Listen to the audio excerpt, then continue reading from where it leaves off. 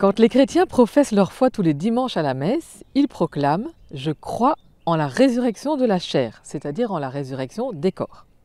Chacun retrouvera donc à la fin des temps le corps qu'il a eu sur la terre. Bonjour Don Pierre Gazeau. Bonjour Bénédicte, bonjour chers auditeurs.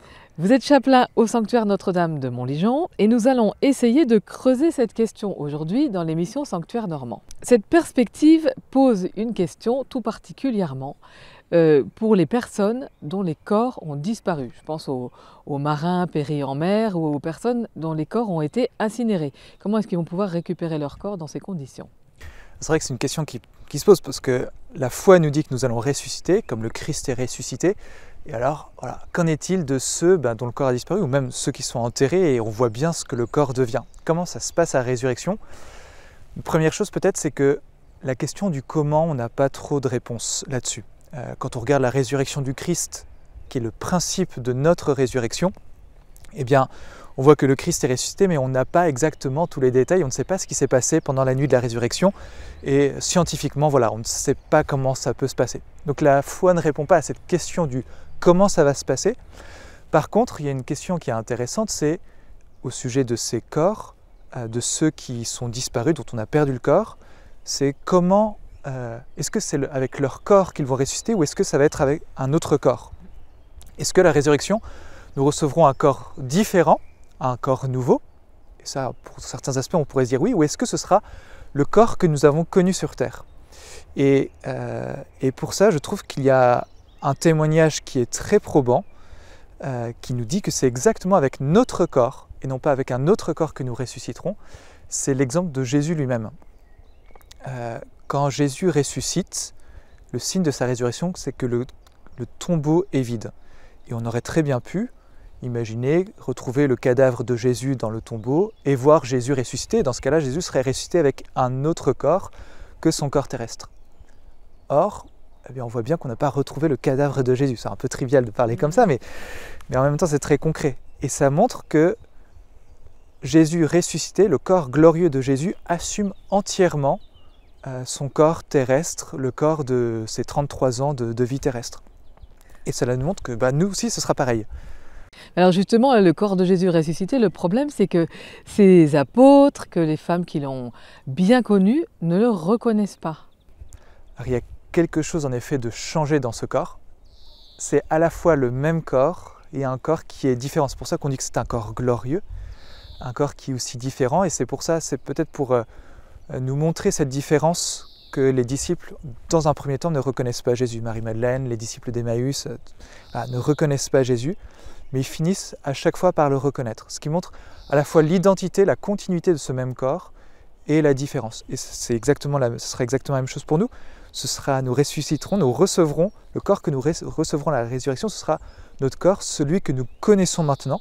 Et je pense que c'est très important de tenir cela, que c'est le corps que j'ai aujourd'hui, que je vois, le corps qui me fait souffrir aussi peut-être, ce corps aussi que j'aime pour certains aspects. Ce n'est pas un autre corps que je retrouverai à la résurrection, mais ce corps-là. Est-ce que ça sera un corps augmenté, magnifié, ou est-ce qu'on va se retrouver avec le corps qu'on avait quand on est mort, par exemple à 96 ans, tout ridé, avec toutes les maladies, perclus de rhumatisme? Est-ce que, au contraire, on va retrouver nos corps de jeunes gens? Alors là aussi, la question du comment et de, par exemple, à quel âge aura notre corps de ressusciter, ça c'est, en tout cas moi je ne peux pas y répondre. Et je ne sais pas si la foi vraiment répond à cette question-là. Ce que l'on peut savoir, ce que l'on peut dire, c'est que en tant que c'est le même corps, il y a des propriétés communes à ce corps. On voit bien Jésus ressuscité, c'est quand même ça c'est à partir de là que l'on peut vraiment réfléchir. On voit que le corps de Jésus mange un poisson. Voilà, à un moment, Jésus demande à ses disciples un poisson, il le mange, ce qui nous montre bien que c'est un corps concret, ce n'est pas un corps transparent, ce n'est pas un corps évanescent. Et puis d'un autre côté, ce corps il est aussi glorieux. Il a certaines propriétés qui dépassent ce que nous connaissons maintenant. Il y a celle de passer à travers les murs, par exemple. Alors ça, on pourrait en parler longuement. En effet, il y a un passage où Jésus apparaît, dans les récits des évangiles, les récits de la résurrection, Jésus apparaît au milieu de ses disciples dans le cénacle. Et on se dit, s'il est arrivé là, on nous précise que les portes sont fermées à clé. Donc c'est qu'il aurait il serait passé à travers le mur. Mais le danger en fait de cette compréhension, de cette manière de voir, c'est qu'on ferait du corps de Jésus un corps un peu transparent, un corps de fantôme. Et en fait, un corps de fantôme, c'est pas un vrai corps. Donc il faut quand même tenir que c'est un vrai corps. Et j'aime bien l'interprétation que donnent certains théologiens en disant que si Jésus est rentré au cénacle de cette manière-là, ce n'est pas en raison des qualités de son corps, des qualités de ressuscité, mais en raison d'un miracle. De la même manière que pour, par exemple, la multiplication des pains, Jésus part de 5 points des pains et des poissons, il les multiplie. Ce n'est pas une propriété de son corps, c'est un miracle. Voilà, c'est quelque chose qui dépasse l'état naturel des choses.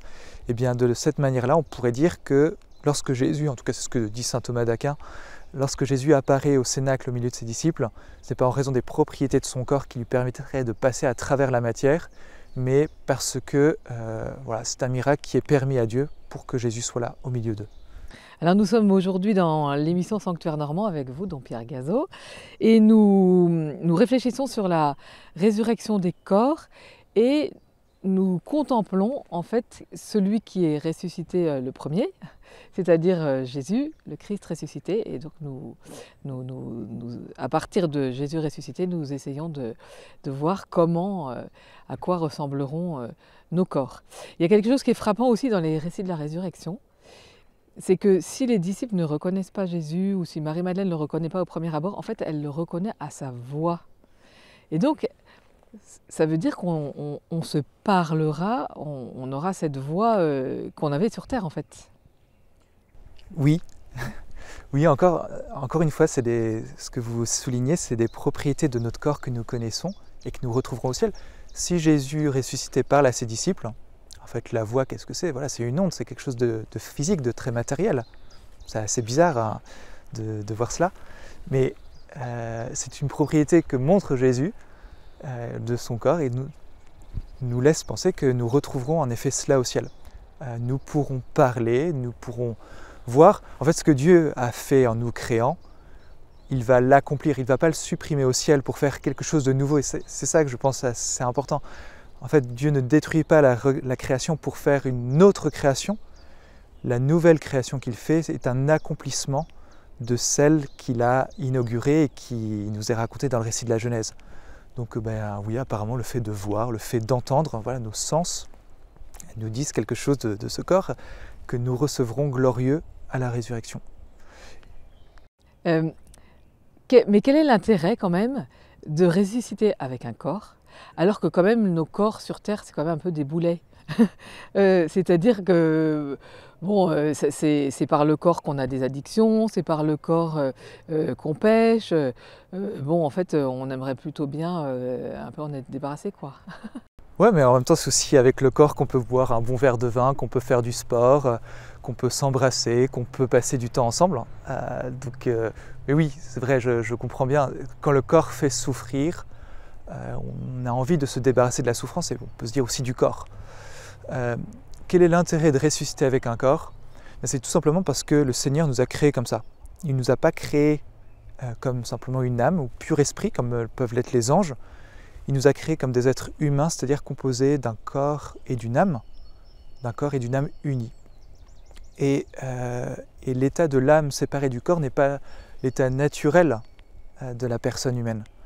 Et c'est en cela, on pourrait dire que notre état sur Terre aujourd'hui est meilleur que ceux qui sont au ciel et voient Dieu. Alors c'est un peu curieux de dire ça, mais on peut le comprendre de cette façon où nous avons un corps et eux n'ont plus leur corps. Ils attendent, ils sont dans l'espérance de le retrouver. Ils sont dans cette joie infinie de voir Dieu, mais ils ont encore cette attente que nous vivons d'avoir le corps et l'âme réunis. De ne pas être complet en fait. Hein. Voilà, il y a quelque chose d'incomplet, oui.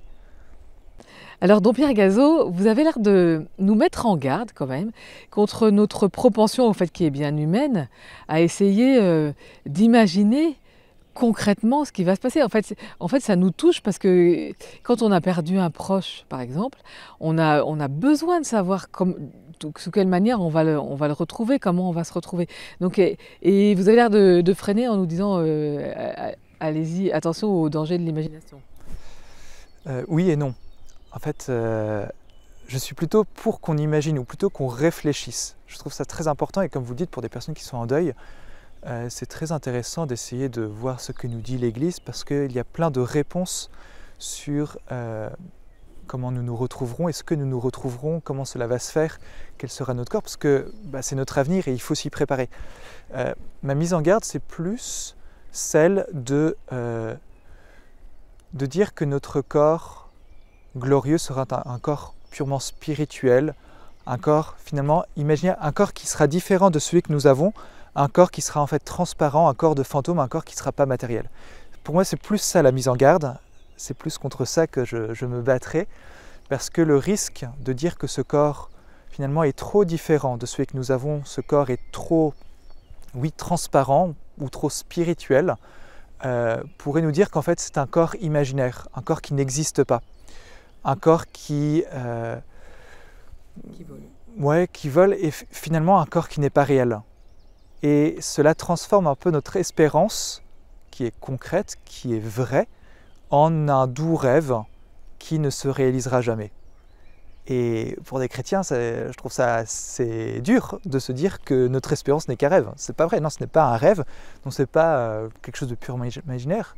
Notre espérance est concrète, elle est fondée sur la résurrection du Christ, et la résurrection du Christ nous dit bien que nous recevrons un vrai corps, et que l'expérience que nous faisons déjà de notre corps est bien quelque part une amorce de l'expérience que nous ferons de notre corps glorieux plus tard. Donc voilà des bases sur lesquelles nous pouvons solidement poser notre espérance. Merci Don Pierre Gazeau et à bientôt. Voilà pour la première.